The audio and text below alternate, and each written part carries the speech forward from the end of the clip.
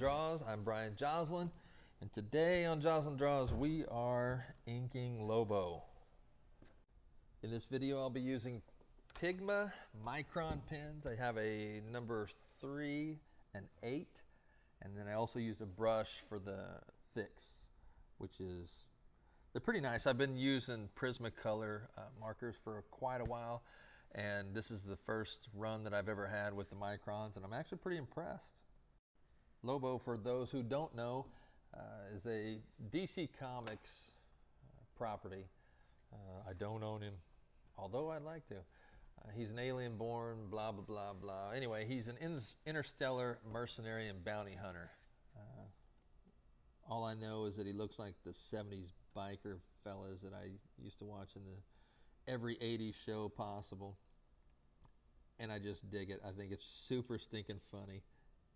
I threw the pencils down on some tone gray paper. I think it's Strathmore is the bundle I got. Anyway, I just started using the tone gray. I've also got some tone tan. But for me, unless you're just doing a Western theme, I don't feel like I can get behind that. Maybe because I'm colorblind and gray is my thing anyway. So I drew Lobo on this tone gray paper, and it might have taken 12 minutes, I think, is what my camcorder said. And then my camcorder, what am I, in the 70s? Point being, is that I can draw pretty fast. I don't really have a lot of eraser marks, I guess. I try to draw really light and then barely get darker, and I'm pretty adept with the pencil lead. But when it comes to the inks, boy vey, it can get pretty ugly pretty fast. So when I start off with the inking process, what I'm trying to do is start with the number 3 and then work my way up. I really believe that if you do your job right with the number 3, you probably don't even need any other pens. I know there's some artists out there that they seem to have thin lines, even though they're clean lines. They don't use a whole lot of thickness to show depth. But because I've started taking everything, at least traditional paper-wise, I've started taking everything to the ink level. I can totally annihilate a pencil, a great pencil drawing, and make it a less than mediocre inked page really, really fast, and it sucks. So when I do these drawings, or these inkings rather, I will ink with the number 3 and leave the thick, dark, heavy black until I make it all the way back to the brush pen, which fills it in. And as I tell you this, keep in mind, I will completely deviate from that idea in this and go straight to the big fatty black ones, which to me, I look at it and go, no, and I can't get away from it. But what are you gonna do? I don't know. I've seen other artists and they're really good at cross hatching. Like I said before, inking is such a stinking art that I wasn't aware of. Full respect to anyone that's an inker. But the cross-hatching side of things, it totally eludes me. I'm just not any good at it. And so what I tried to do is I tried to skip it. Go straight to blacks and really thin lines on my outlines. And then what I started liking better was the thicker lines on the outside to keep it two-dimensional, but yet pull it off the page or pull things apart, give some depth to what I'm doing. Here I am wearing out some serious black ink on his eyes. Those pens to me really don't hold a lot of ink. The alcohol markers, I really like them, but they can get expensive. Sponsorship, if you can find one, that is. Anyway, when I was putting the lines down on here, the blacks really, I don't know, they just really pull my eye. And so to try to not focus on the fact that I don't cross-hatch and there's no gradient, which is really hard because with a pencil, I can pull it off. The shading side and the pencil work just comes easier for me. And when I get to those inks, man, they just They get me every time. That's what happens. If it's disillusioned or not, but I feel like I'm getting better at the inks, and I know that's just because I'm doing it every day now, and I'm forcing myself to take chances. I can tell you that the biggest thing for me was having to make myself finish the project. I've had a huge problem when I was younger with, like, say this, for instance, this Lobo. I'm inking it and I get to the mustache. I'm like, oh, I love this. And say I get under the nose and, I don't know, brain fart, and I hate it. Like I made a mistake. No one else sees it, but I see it because it's not what I wanted to do. And I would wad the thing up and throw it away. Therefore, never learning anything. And I think that's the downside. I think as an artist, you want your stuff to be spot on.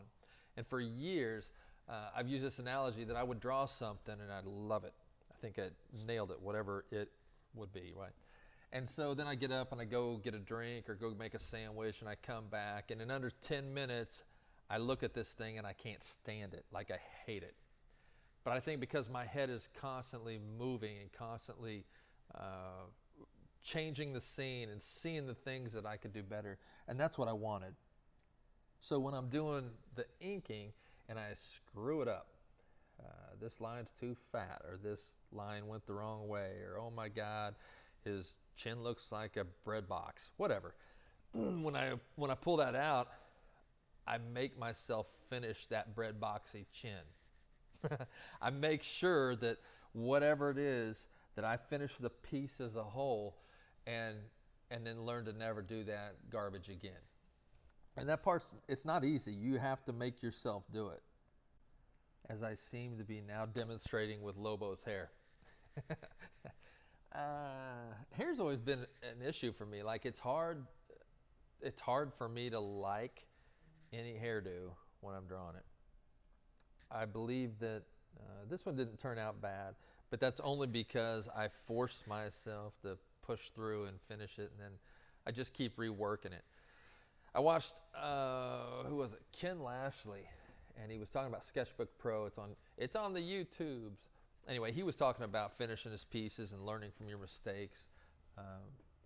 And so on top of all that, I try to go ahead and finish this and then figure out how to fix it, how to make it better. Not that I did in this one, so no judgy judge. In the same way that I had talked about how ink can totally throw off a great pencil sketch, color does the same stinking thing. And I don't know if that's for everybody because I'm colorblind, but it totally messes me up. Being able to bring things to the forefront and not totally disappear in the background, but pull your eye away.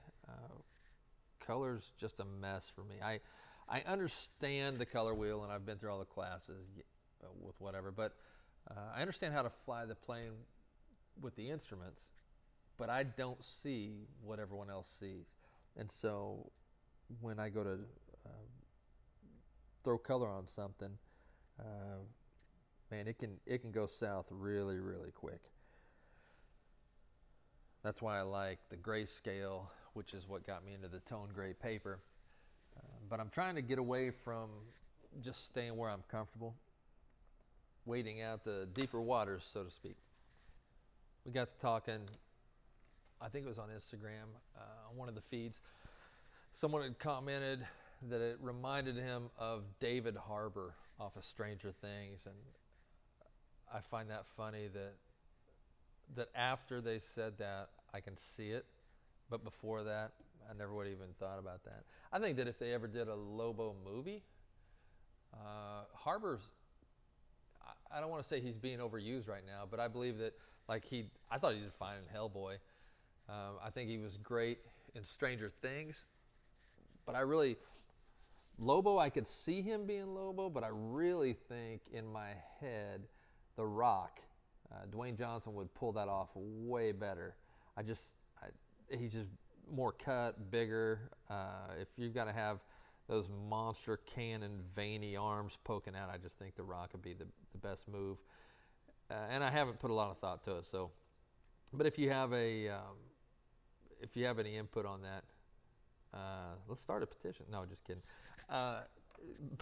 Post it in the comments because I'd like to know. I think that's funny.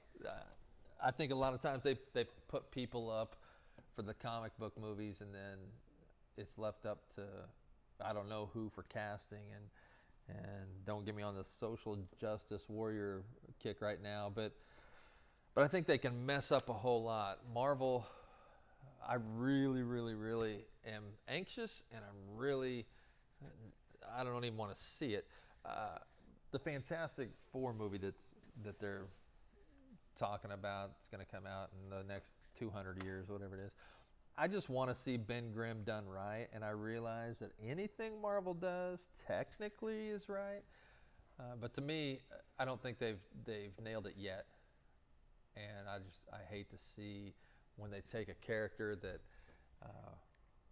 rocks in the comics, and then they butcher him with someone else's agenda, or trying to keep people's feelings from being hurt.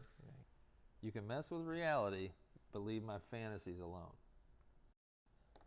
Well, this video is about to wrap up. Thank everybody for watching. If you leave me comments, give me some more characters to do. I kind of like doing these.